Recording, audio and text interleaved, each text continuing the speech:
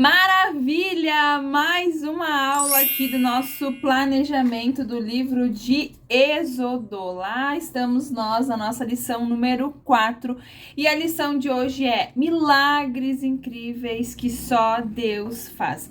Eu não sei você, mas a minha vida, ela é repleta de milagres que não tem outra explicação a não ser dizer que todos os acontecimentos foram a mão de Deus na minha vida. São milagres diários, são circunstâncias que a gente ora e às vezes nem se dá conta de que Deus já respondeu a nossa oração.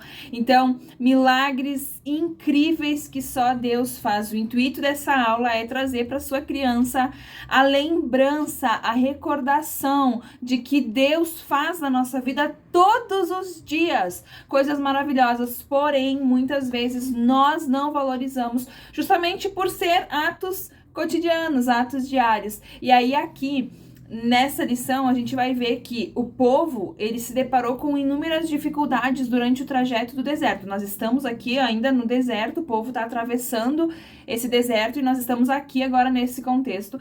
E mesmo o povo sendo diariamente contemplado pelas provisões divinas, o povo ainda continuava reclamando.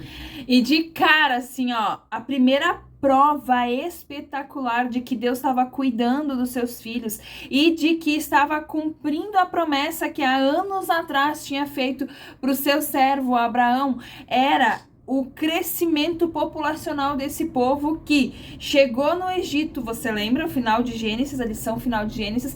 A família de José chegou no Egito, eles eram mais ou menos 70 pessoas. 70 pessoas, mais ou menos, quando eles chegam no Egito.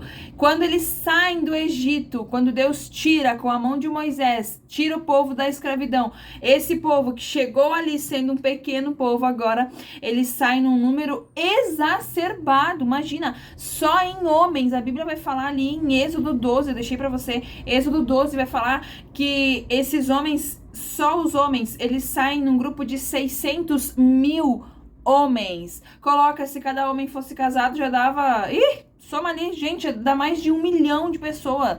Olha só a explosão desse crescimento. É ou não é a prova real, exata, de que Deus estava abençoando seu povo e que estava cumprindo a promessa feita a Abraão? Não tem como não enxergar isso. Porém, sabe o que isso me lembra? Muitas vezes nós recebemos uma palavra de Deus na nossa vida e mesmo vendo os resultados daquilo que está acontecendo, nós nos sentimos medrosos, temerosos e queremos continuar pedindo prova para Deus. Mas se você analisar com o seu lado racional, você vai ver que Deus em todo o tempo estava dando provas para o seu povo do seu cuidado. E mesmo assim o povo não conseguia enxergar que esse Deus era a sua segurança, o seu provedor, sabe? O seu protetor, a sua torre forte. Infelizmente, o povo não valorizou esse cuidado de Deus, tá? Por que o povo não valorizou? Porque depois que o povo sai dessa explosão populacional, né? Depois que eles saem do Egito, que eles vão pro deserto, cara, não foi 100% bom, não foi 100% positivo essa saída deles, porque eles não ficaram pisando em mar de rosas, eles tiveram dificuldades, eles tiveram provações. O coração malvado do faraó, logo em seguida que liberou o povo, já foi atrás numa perseguição sem fim, e aí isso causava no povo esse medo que a gente acabou de falar, que é normal nós sentirmos.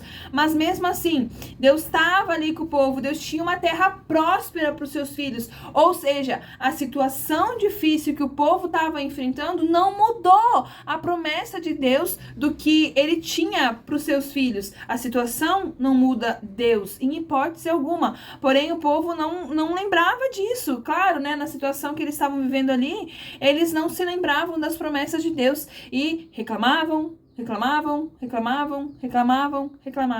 Eu fico imaginando a situação ali, ó, quando o faraó persegue o povo até a situação que eles estão sem saída, né? Na frente tem o Mar Vermelho, pros outros lados é deserto, não tem pra onde fugir.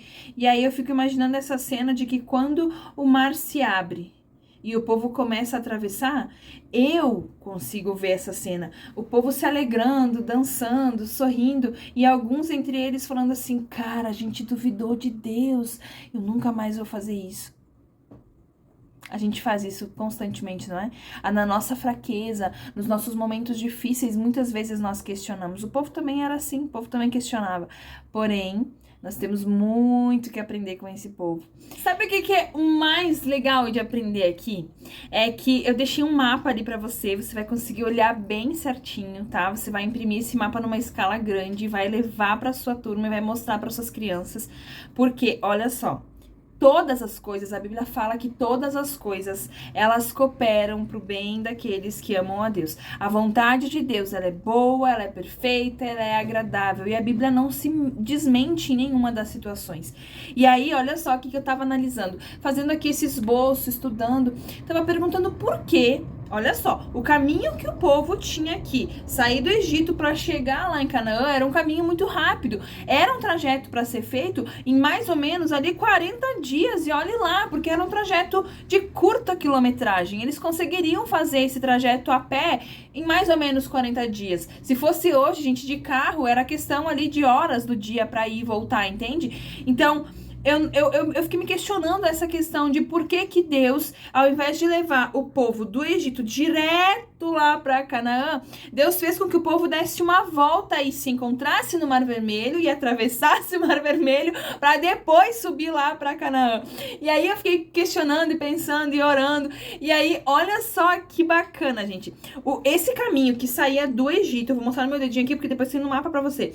Mas o caminho que saía do Egito e ia reto lá para Canaã, ele passava pela cidade dos filisteus. E aí você vai lembrar que mais tarde Davi vai lutar com quem? Com um filisteu, que ele era gigante. Ou seja, entre o Egito e a terra de Canaã, tinha uma cidadezinha ali que era povoada por gigantes. Quer dizer que se o povo que era escravo, estava sem preparo nenhum para guerra, eles não foram treinados para guerrear, eles não foram treinados para batalha. Se esse povo ousasse passar pela terra dos filisteus, dos gigantes, para chegar em Canaã, você acha que eles não iam ser todos mortos ali pelos gigantes? Claro que eles iam morrer numa batalha assim, ó, sem nem pensar duas vezes. Eles estavam totalmente despreparados para enfrentar esse povo. Por que Deus tira então eles desse caminho e leva eles por um caminho mais longo? Aparentemente, parece que Deus errou no caminho. Eles mesmos se questionavam por que essa demora e tudo.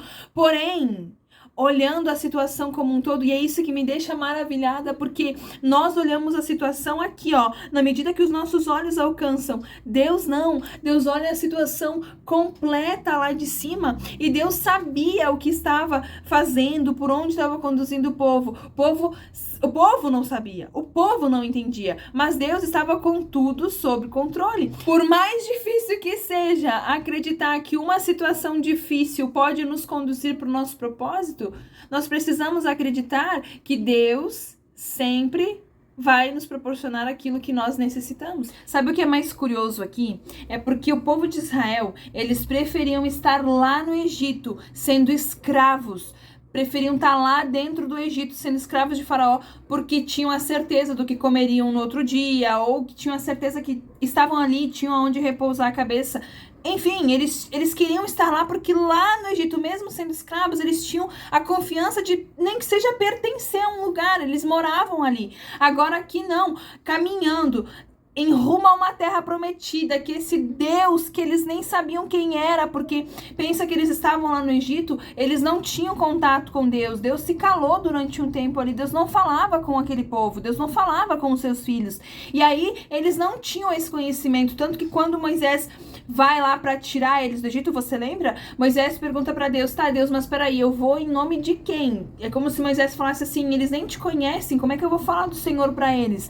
O relacionamento que Moisés tinha era de Moisés para ele. O povo não tinha esse relacionamento com Deus. Por isso que era tão difícil do povo parar de reclamar, parar de murmurar, parar de fazer besteira e acreditar em Deus, porque eles não tinham um relacionamento com Deus. E a nossa vida hoje, a nossa trajetória, a nossa história, todos os dias nós conseguimos mudar, parar de reclamar, parar de murmurar também quando nós cuidarmos do nosso relacionamento com Deus. Quando nós murmuramos, quando nós blasfemamos, quando nós duvidamos das promessas de Deus, é indício de uma coisa: a nossa dependência de Deus tá ali, ó, balançando. Ou o nosso relacionamento com Deus tá muito supérfluo. Porque a partir do momento que eu confio em Deus, eu consigo dizer pra Ele, toma, Senhor, pode cuidar aqui da minha vida, que a minha vida é tua. Sabe? É entregar pra Deus a nossa vida. É dizer realmente pra Deus, Deus, eu quero fazer a tua vontade. E confiar que não vai ser fácil, porque não é um conto de fadas. Vai ser difícil, vai ter momentos que a situação vai parecer que tá sem controle ali. Mas quando você tem um relacionamento profundo com Deus, você consegue fazer que nem Moisés aqui. Povo, vamos confiar em Deus. Deus vai nos dar livramento. Sabe? Quando o seu relacionamento com Deus estiver baseado na rocha verdadeira, todos os dias, você não vai ter medo de confiar sua dependência nas mãos de Deus. Moisés, em todo o tempo que aconteciam as situações, em todo o trajeto, pensa, o povo reclamando, Moisés, ele encorajava o povo a acreditar em Deus e no livramento de Deus. Deus dava as instruções a Moisés e Moisés passava para o povo. Deus dava as instruções para Moisés e Moisés passava para o povo. O povo pediu água. O povo disse, ó, cara, Moisés, eu tô morrendo de sede. Lá no Egito a gente tinha água para tomar. Moisés vai lá, intercede. Deus deu água pro povo. Aí passa um pouquinho. Moisés, a gente tá com fome, porque lá no Egito a gente tinha alho, a gente tinha cebola, a gente tinha os peixinhos para comer. A gente tá com fome, Moisés. E aí eu fico imaginando a paciência de Moisés. Moisés orou, intercede, Moisés pede, Moisés tem relacionamento com Deus. E aí o que Deus faz? Todos os dias Deus passou a entregar o maná para o povo. Pensa! Olha os milagres que o povo não conseguia enxergar, porque era do seu cotidiano, porque eram milagres do dia a dia. Deus abria a janela da padaria celestial e mandava os pãezinhos para eles todas as manhãs. Eu fico imaginando assim, ó. Como isso? Eu queria ver isso hoje, sabe? Que lindo que era isso. E o povo passou aqui, com o tempo, a reclamar que era sempre aquele mesmo pãozinho. Tipo assim, não dá pra mandar um presuntinho, um queijo, não. Sabe? As pessoas que ganham e nada nunca tá bom. Ganham e tá sempre na reclamação. Era esse povo aqui. Passaram a reclamar que só tinha pão para comer. Deus fez o quê? Deus mandou carne. Nem vamos entrar na ênfase aqui de que quem comeu carne depois morreu, mas Deus mandou. É como se Deus falasse assim, vocês querem carne? Beleza, eu tenho, tomem. Todas as codornizes lá voando baixinho. Pensa, na altura de pegar na mão. A Bíblia fala que as codornizes voavam à altura que dava para pegar com a mão. Pensa os passarinhos voando ali, ó. E você pegava na mão ali, assava, comia, sei lá como é que eles comiam. Sabe? Deus provia tudo. Deus proveu. Não tá bom pão, eu vou te dar carne. Ah, tá faltando água? Toma mais um pouquinho d'água lá. Ah, essa água ali tá amarga, então vamos transformar ela numa água boa para beber. As roupas do povo não envelheciam. Eles andaram 40 anos no deserto. Nunca foram no shopping, nunca foram lá na lojinha de sapato trocar o sapato. Pensa que as roupas, elas acompanhavam o crescimento do seu corpo, porque saíram crianças lá do Egito. E nesses 40 anos, as roupas cresceram junto com o seu corpo. Isso aqui é coisa que cientista não acredita, sabe? É coisa de se duvidar. Só acredita mesmo quem sabe os milagres que Deus faz. Só acredita nessas historinhas aqueles que já desfrutaram dos milagres de Deus algum dia. Eu consigo acreditar nisso perfeitamente, ainda fico imaginando. Cara, o sapato da criança crescia com o pé da criança, olha só, tem que pedir pra Deus fazer isso aqui em casa também com os meus filhos. O sapato crescer junto com o tamanho dos pés dos meus filhos. Brincadeiras à parte, os sapatos não se gastavam de tanto eles caminhar. Pensa, eles caminharam 40 anos e nunca foram em uma loja trocar suas roupas. Deus era a provisão da vida deles, Deus provia tudo que eles necessitavam. E mesmo assim, o povo achava do que reclamar. Você consegue perceber os detalhes dessa história? O povo reclamava de fome, Deus dava pão. O povo reclamava de sede, Deus dava água. O povo reclamava do sol, Deus acompanhava eles com uma nuvem para o sol não torrar a pele deles. O povo reclamava de frio, Deus era com eles como uma coluna de fogo para não deixar eles passar frio no deserto. Você entende como Deus conhecia a necessidade do povo.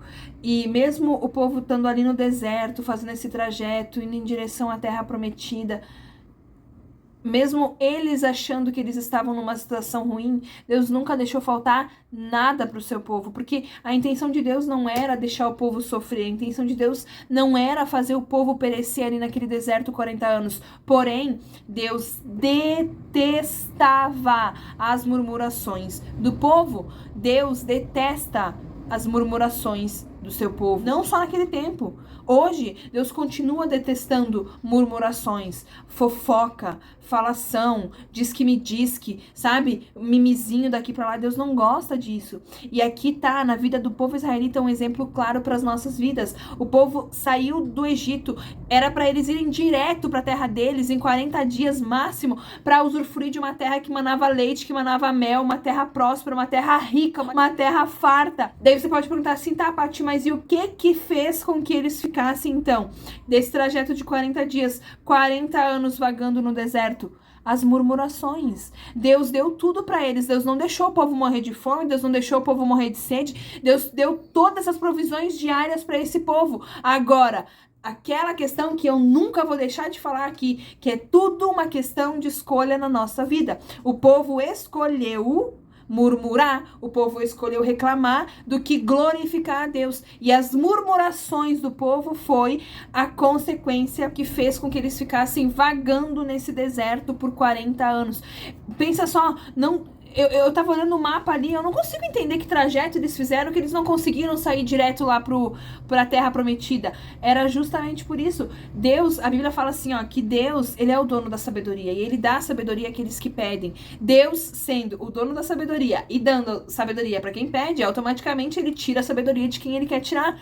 Eu consigo entender que Deus tirou a sabedoria desse povo, sabe? Deus tirou o entendimento deles. E eles vagavam, imagino eu, que em círculos, porque pensa, pro mesmo trajeto, a mesma quilometragem, a quilometragem não aumentou, o trajeto não aumentou, o trajeto que era para ser feito em 40 dias, por que demorou 40 anos? Era como se eles ficassem vagando em círculos e não achassem o caminho, não encontrassem o caminho da Terra Prometida. Deus permitiu que eles ficassem ali, Deus fez com que eles ficassem ali, para entenderem que as suas murmurações não eram capazes de mudar os planos de Deus. Murmuração não leva a nada, reclamação não leva a nada, e Deus detesta a reclamação. Agora, outro ponto, por que 40 anos? Podia ser 30, podia ser 20, podia ser 50, 60, 80, por que 40 anos?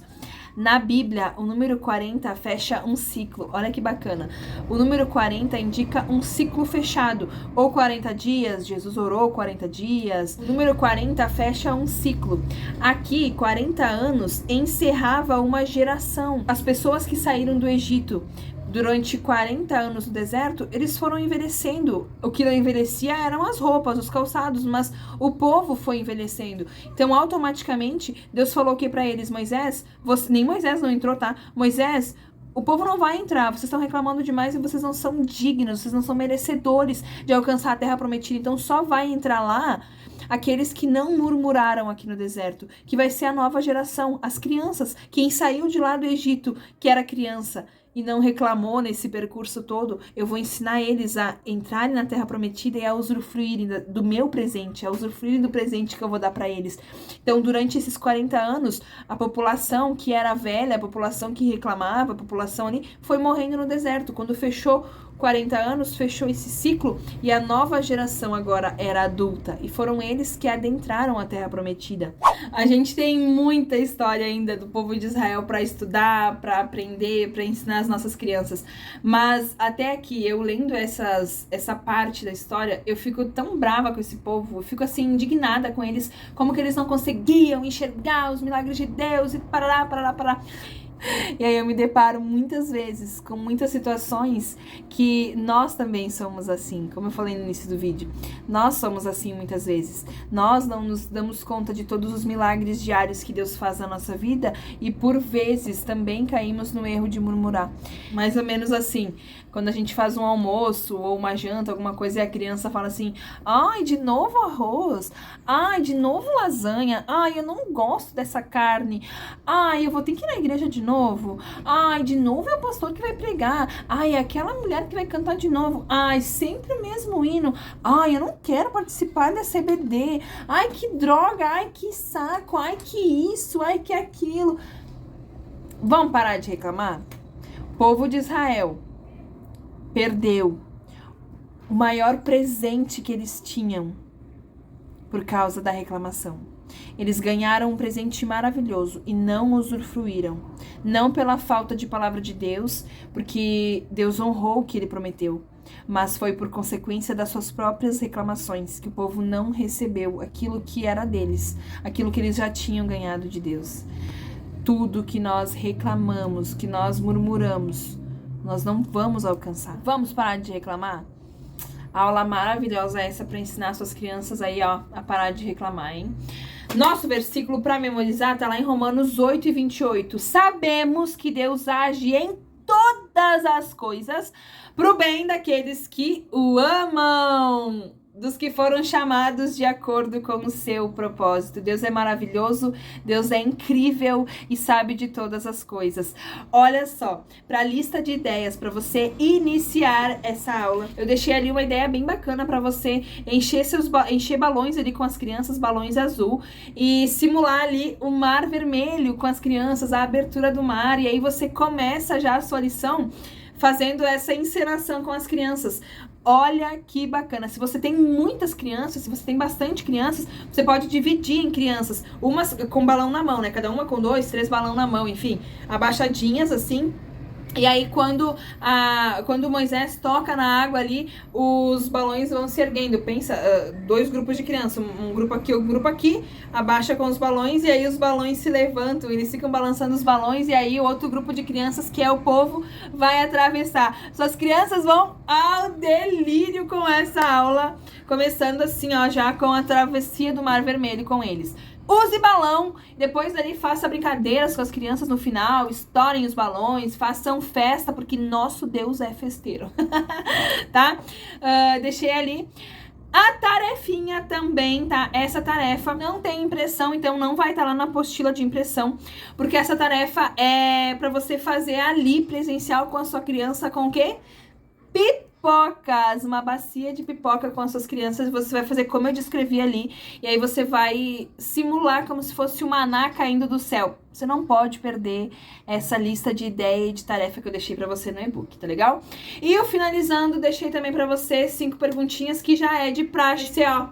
Maravilha essa aula. Lembrando que tá acabando. Lembrando que essa aula você consegue, tá? Esse e-book você consegue trabalhar tanto com crianças menores quanto com crianças maiores, pré-adolescentes. Você consegue tranquilamente usar esse mesmo e-book. Por quê? A única coisa que você vai mudar e adequar é a sua forma de falar, é a sua forma de colocar a lição para as crianças. Mas essa brincadeira que eu deixei aqui dá para você usar tanto com crianças menores quanto com pré-adolescentes. Você consegue combinar ali com eles essas dinâmicas também, porque os pré-adolescentes também gostam de brincar com pipoca, com balão. Não tem quem... A gente gosta, quem é que não vai gostar? Então, preciosa, essa foi mais uma lição, a lição número 4. Aula que vem, segunda-feira, lição número 5, e a gente finaliza mais um livro da Bíblia Sagrada. E aí a gente vai conversar aqui, ó, sobre como tá sendo essa sua experiência de ensinar a Bíblia para suas crianças. Um beijo no seu coração e Deus te abençoe.